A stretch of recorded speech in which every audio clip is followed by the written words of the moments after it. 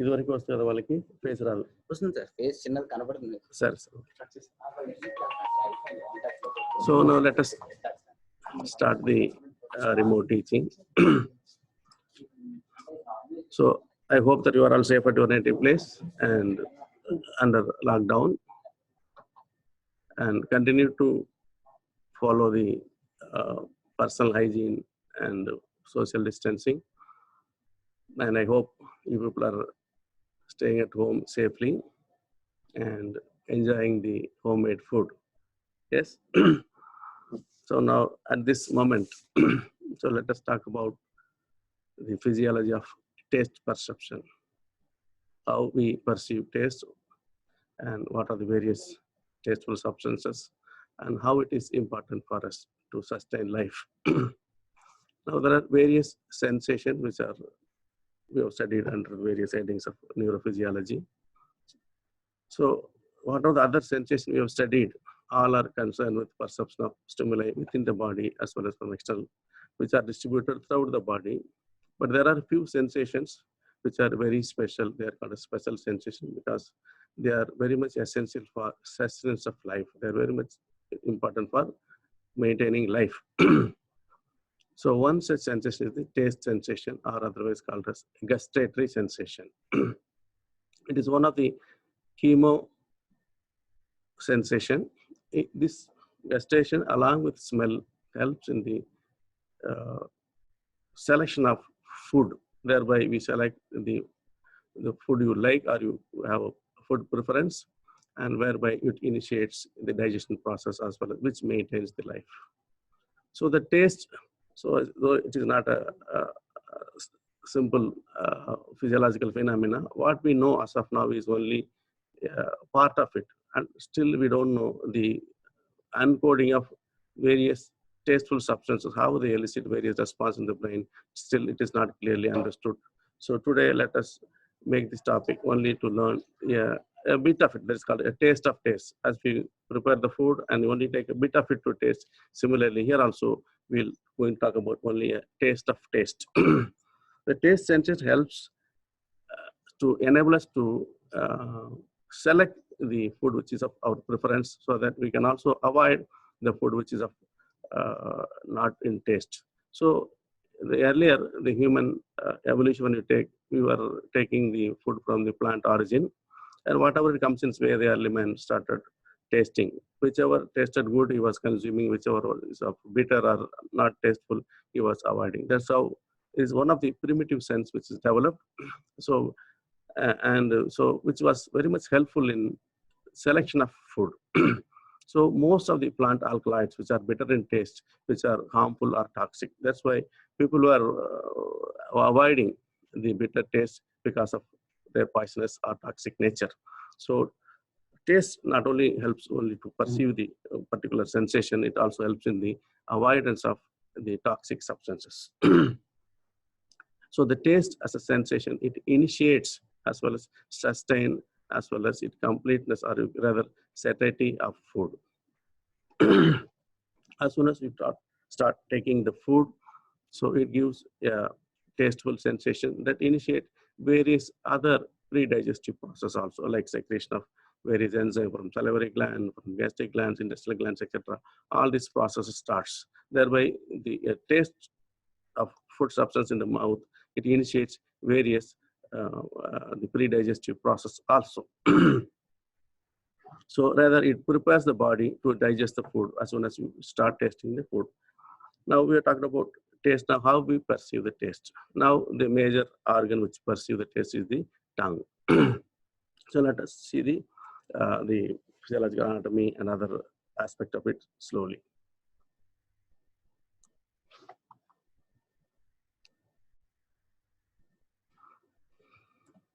So today's subject is to the chemical sensation, especially olfactory. We see in the next class. Only we see about gustation or taste perception, and what are the receptors and what are the pathways by how these sensations carry to the brain or appropriate area of the brain, and some of the applied aspects we'll see in today's lecture.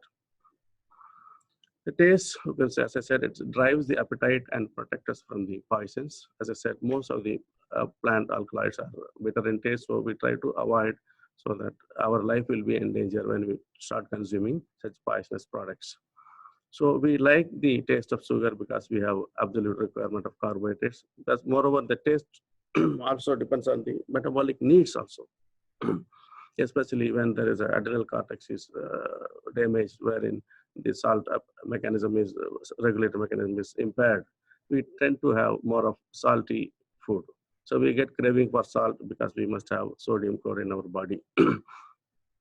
And the bitter and sour normally cause aversiveness, and we try to avoid. So they produce avoidance reactions. So of course, to sustain the metabolic activity in our body, we have a need for protein, and the proteins they upon digestion produce amino acids, and which form the building blocks for our metabolism. Now we have at least 4 primary tastes, which are sweet, salt, sour, and bitter. Now there is a new entity. Now it is also included as one of the primary tastes, that is the umami taste.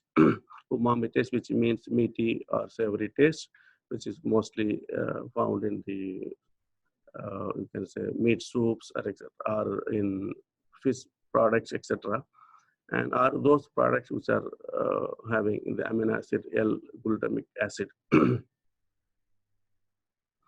And which the fifth taste is the umami taste. Umami is a Japanese term meaning delicious. So now this is the picture which I'm showing the various parts of the tongue where which particular sensation is perceived well.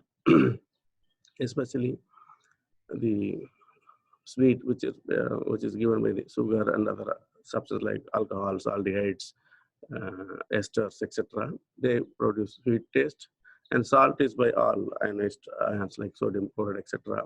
Sour is given by the acids, and bitter taste given by caffeine and most of the alkaloids, some of the drugs like nicotine, etc., as well as even yes, now the umami taste, which is again given by L-glutamate, or otherwise called as Ajinomoto, is a Chinese salt, which is otherwise called as tasting powder, which is nothing but monosodium glutamate. So these are the 5 major primary taste sensations, and I'm giving some examples of the food item which gives these particular taste. Now, especially from this picture, you can see the tip of the tongue is most suited to perceive the sweet taste. And again, on the sides, on either side, anterior part of the sides, you can see they are more suited to receive this salt sensation.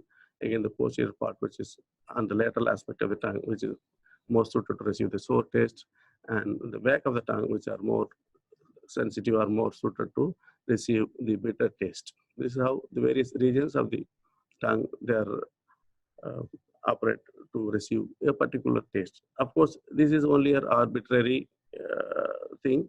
It doesn't mean that the tip of the tongue does only receive sweet. It can also receive other sensation also. Of course, in these areas, especially the tip of the tongue, the threshold to perceive sweet is less, of course, but whereas for bitter, salt, sour, etc., it is more. It need to be given in more quantity. So also for the other regions, suppose this area is more suited to receive salt, which means this can also receive other sensation. Of course, it should be provided in more quantity. That's the meaning. Now you can see some of the and these are the basic taste, and some are produced by the different food items, especially sweetness is produced by sugars like glucose, lactose, galactose, sucrose, etc. And glycols, aldehydes, alcohol, etc. All of them, they provide sweet taste. And the bitter taste is provided mainly by alkaloids, plant alkaloids, and sour taste, which are given by various acids which release H plus ions upon ionization. They produce the sour taste. And all salt sensations produced by anions are the of the ionized salts. They produce, especially sodium chloride, potassium chloride, etc. All those ionized salts, they produced salt sensation. Now, the umami sensation or umami taste is produced by the monosodium glutamate, which is nothing but the Chinese salt or the uh, tasting powder or the Ajinomoto. Now, let us see how each of these sensation is carried. What is the neurological mechanism? Of course, about which we will see but later once after talking about the structure of taste buds and these things. But to top, we can say to start with, we can say sweetness can produce by two mechanisms. One by increasing the cyclic AMP. As you know that for the sweetness, there are some receptors on the taste cells. So when upon binding of the sweetener or sweetener substance to the particular receptors, will activate enzyme, the transmembrane enzyme called adenylyl cyclase, which again coupled to a G protein. So initially, the sweetener substance attaches to the receptor, and the receptor, which again coupled to G protein. The G protein disintegrates, produce active the alpha subunit, which in turn activates adenylyl cyclase enzyme, which produces increased level of cyclic AMP. This is one of the mechanisms. And the other mechanism by which sweet substance which can act is also by decreasing the potassium ion conductance. Normally, potassium ions, they efflux slowly even during resting stage. Now, this efflux of potassium, slow efflux of potassium, which is happening at resting stage, which is decreased. Due to this, the polarity within the cell, the taste cell increases. So which part of the tongue which is involved in this particular perception? The tip of the tongue. Now the bitter, how it, the mechanism by which it activates within the body is by stimulating or increasing the inositol triphosphate pathway or IP3 pathway.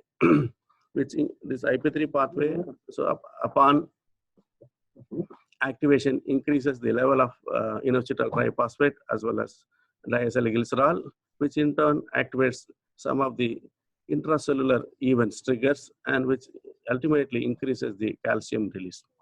So this increased calcium, once the intracellular calcium levels increases, which in turn activates some of the calcium dependent proteases, which produce about the perception of bitter. This is one of the mechanism. Other mechanism also, which is initiates better perception by activating via the cyclic AMP mechanism. But in this case, unlike the sweetener where it decreases the cyclic AMP level, the other mechanism whereby it acts is also by decreasing the potassium ion conductance.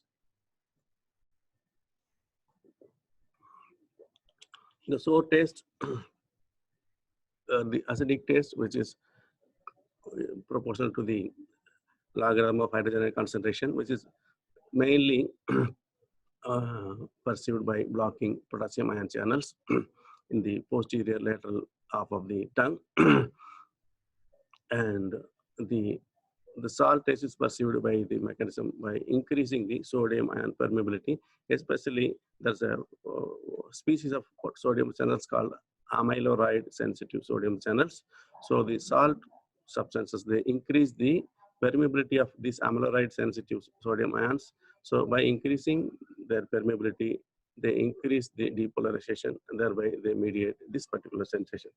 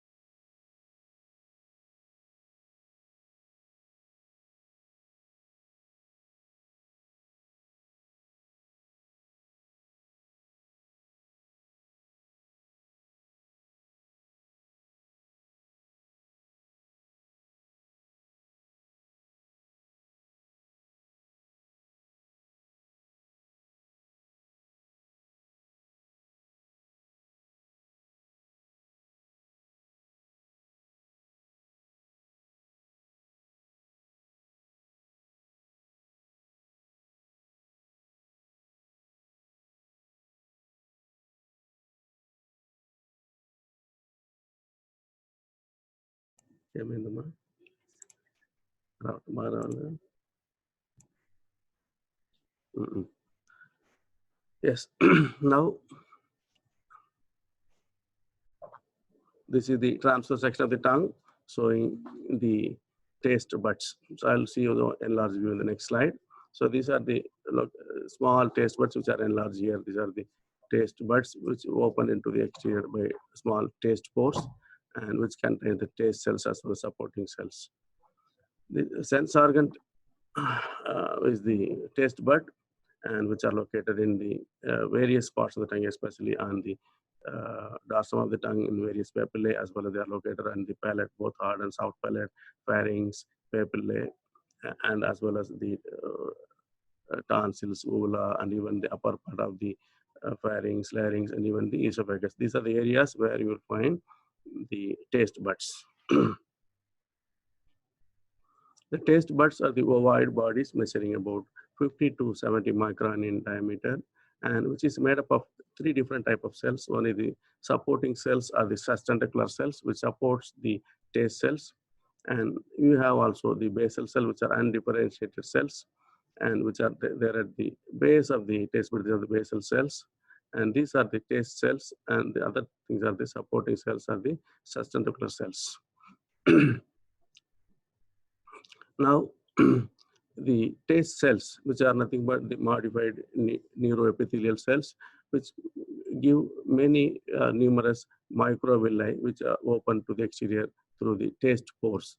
These are the taste pore through which they open. These are the microvilli. They increase the surface area for the reception of various tasteful substances.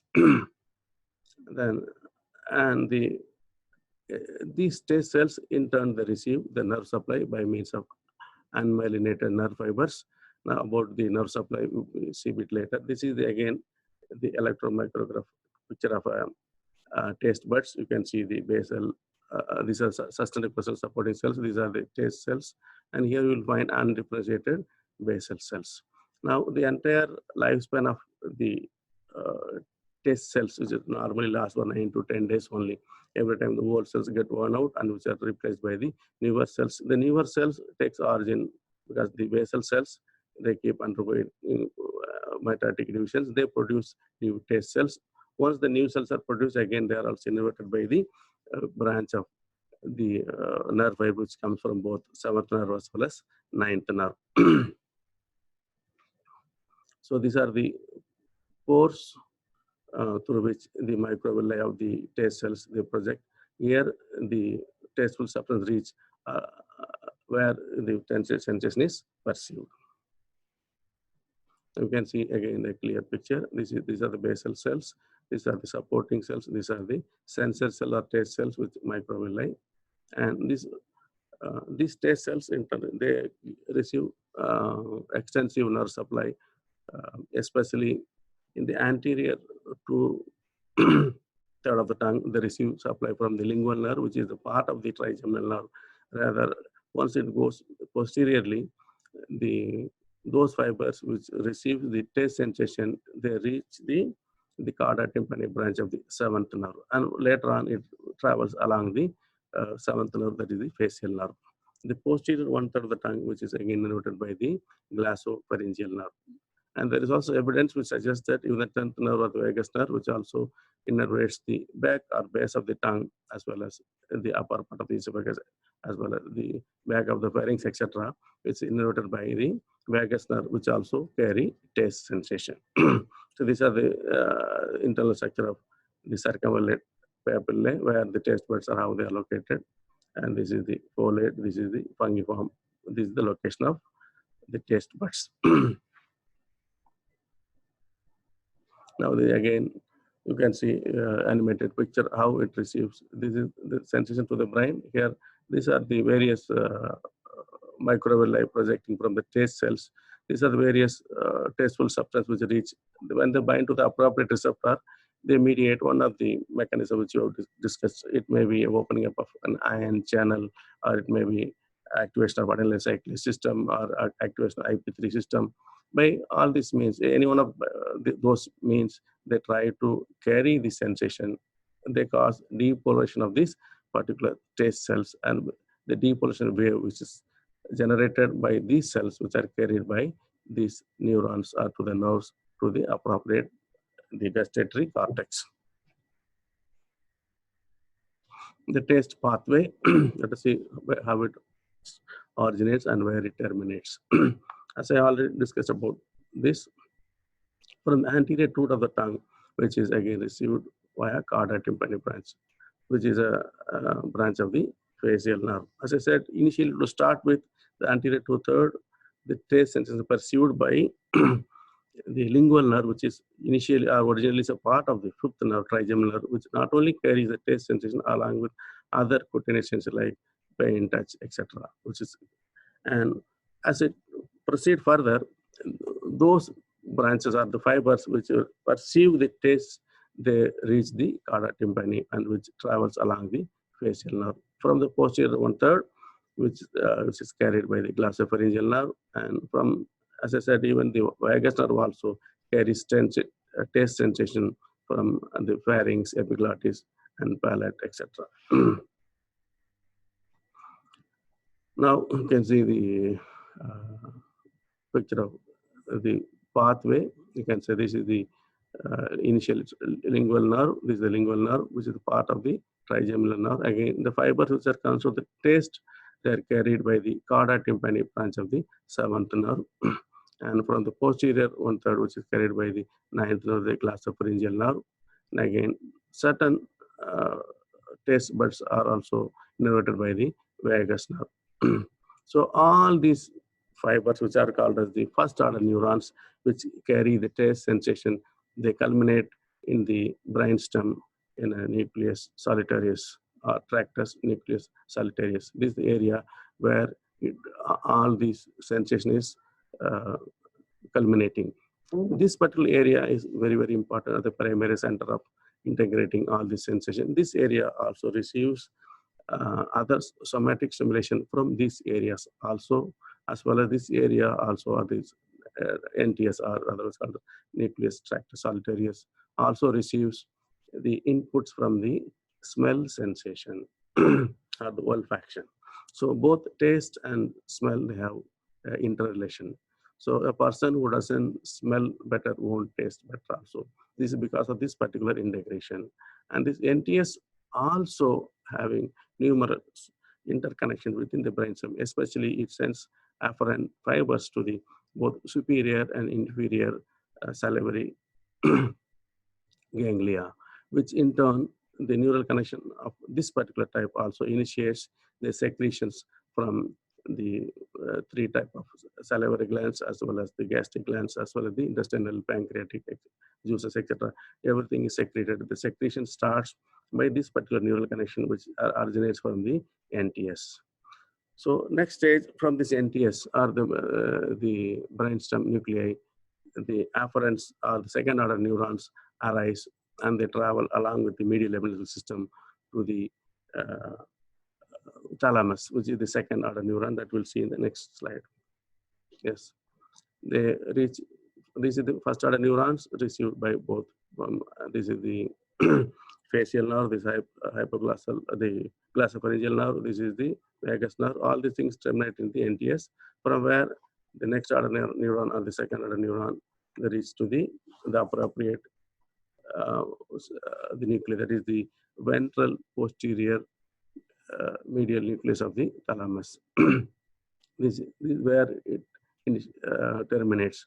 From these regions, the third order neurons, they originate and they terminate in the gustatory cortex, which is nothing but which is located in the parietal lobe, especially in the post central gyrus, where it you can say bends to form the sylvian fissure, especially the insular regions. The insular region is the part of the gustatory cortex, which is concerned with the perception of gustatory or taste sensation, which is located in the post-central gyrus in the parietal lobe. Now we have tracked down how the taste perception is perceived by the taste buds, which are carried by especially two major nerves, especially the seventh and ninth nerve, partly, little bit by the vagus nerve. They all terminate in the NTS, from where it goes to the appropriate nucleus, that is the PPM, that is ventral posterior medial nucleus of the thalamus, from where it goes to the insular region, that is the gustatory cortex, where the sensation is encoded and we perceive various taste sensations. Again, the same picture now we are giving. These are the three, the 7th, 9th, and this is the 10th nerve. They all reach the NTS, from where they join the medial lemniscus and go to the VPN of the VPMN of the hypothalamus, from where it reaches the postcentral gyrus, the insular region. So from taste buds, which is carried by these three cranial nerves, and reaches the NTS in the medulla, and it joins the medial lemniscus. Again, there's a considerable debate whether the fibers ascend as ipsilateral fibers or contralateral fiber. This is a debate, of course, at this juncture it is not needed, and most evidence suggests the no crossover. They travel as a ipsilateral fiber. And from where it reaches the VPM, or the ventral posterior medial nucleus of the thalamus, from where the third neurons reaches the insular region, which is, according to Brodmann's area of classification, which is the area number 43. Now, the taste sensation has got threshold as well as adaptation. Threshold means how much the tasteful substance need to be given to perceive this particular taste. Of the 4 or 5 primary taste, the bitter has got the lowest threshold. Bitter has got the lowest threshold when compared to the other taste. So suppose if I want to put it in numerical values, so bitter sensation, especially when we use the quinine, nowadays it is used for the corona treatment also as a prophylactic. The hydroxychloroquine, which is again the primary drug, is the quinine, and which is a bitter in taste. Even it is given in 0.0000, there are 5 zeros followed by 8 molar. Even such a dilute concentration, still the bitter sensation can be perceived. That means the bitter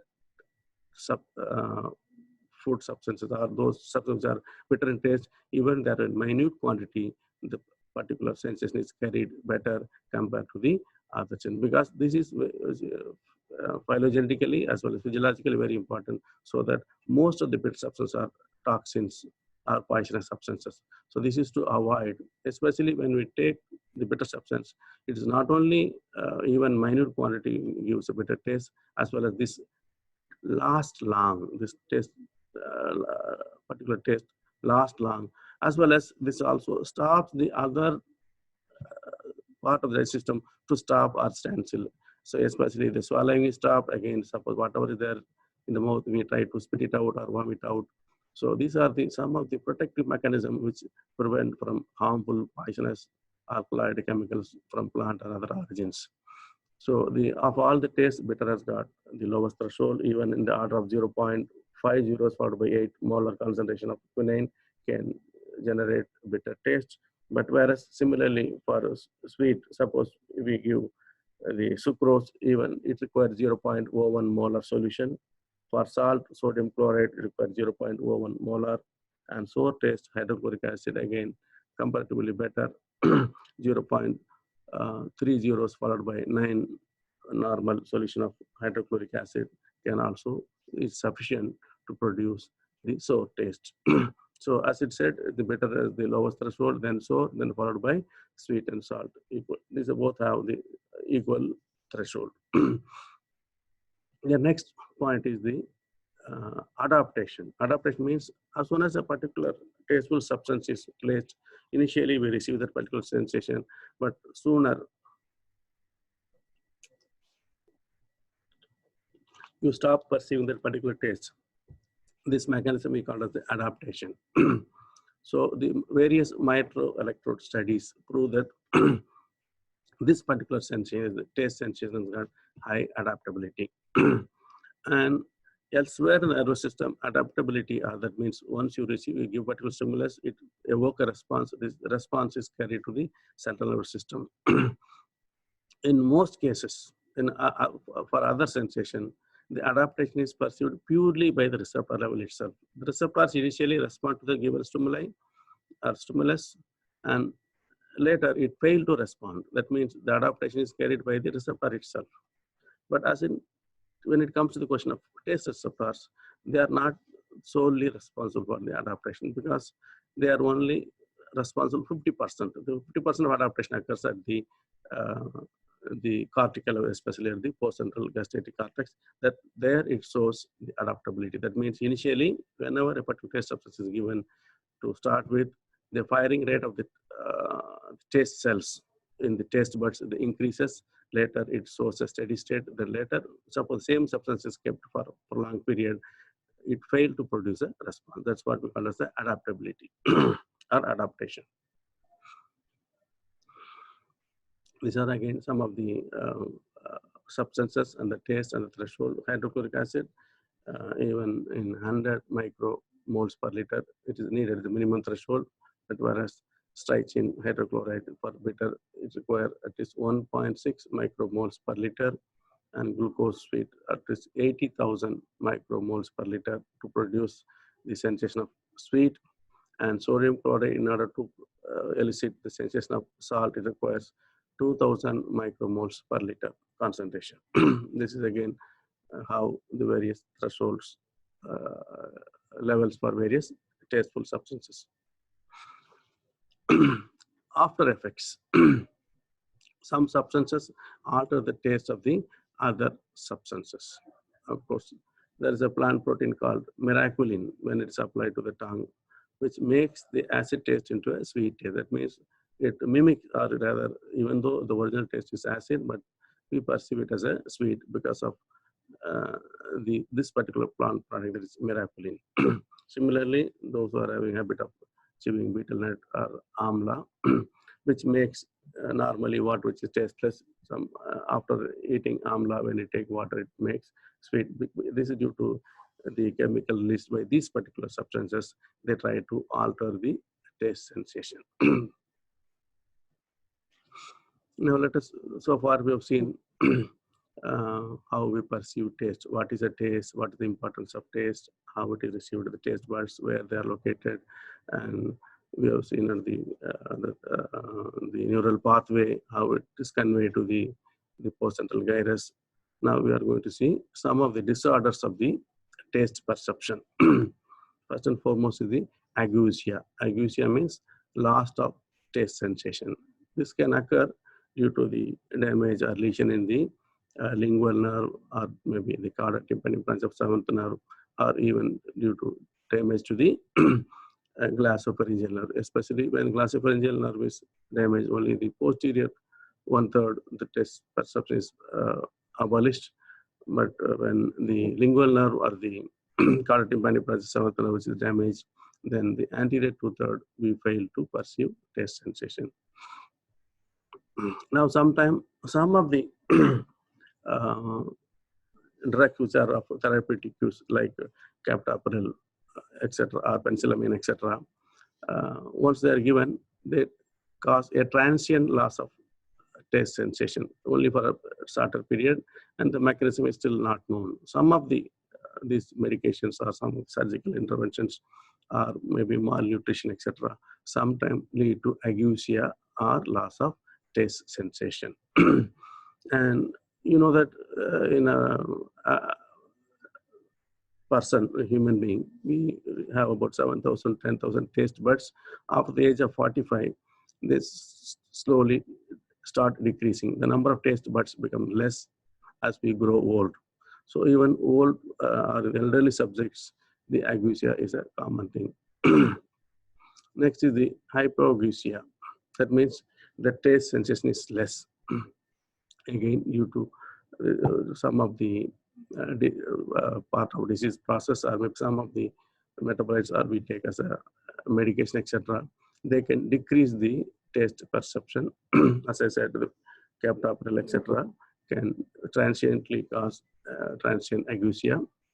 Now here, dysgeusia, that means there's a altered or disturbed taste sensation. This is nothing but wherein normally the pleasant or the preferred food substance may found to be obnoxious or unwanted food. That means this is mainly happens in subjects or persons suffering from temporal lobe lesions, where they normally we have the hallucination about taste, smell, and other sensations. So even in them, in those who are having temporal lobe epilepsy or temporal lobe lesions, wherein you will find dysgeusia, that is altered. Normally, a sweet taste may sound or taste sour or salty or maybe bitter for them. So the normal taste sensation is disturbed or perturbed in these individuals, in patients with dysgeusia.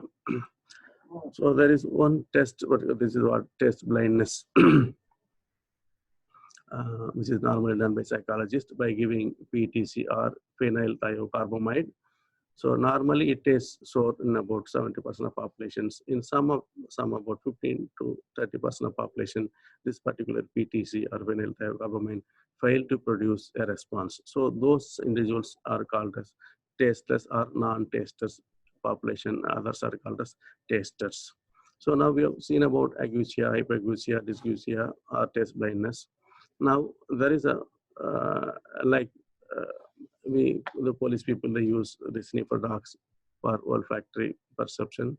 Even there are lucrative jobs like tasters. There are some individuals in whom the taste buds are very well developed. So they are employed by the tea industries for as a tea tasters, or they are used in ice cream or chocolate or confectionery industries as a taster. Even they are also employed in alcohol industries also. So with this, now we'll complete the discussion on the taste. So I hope it was palatable, and we'll see the other sensation, that is the olfaction, in the next class. Thank you very much.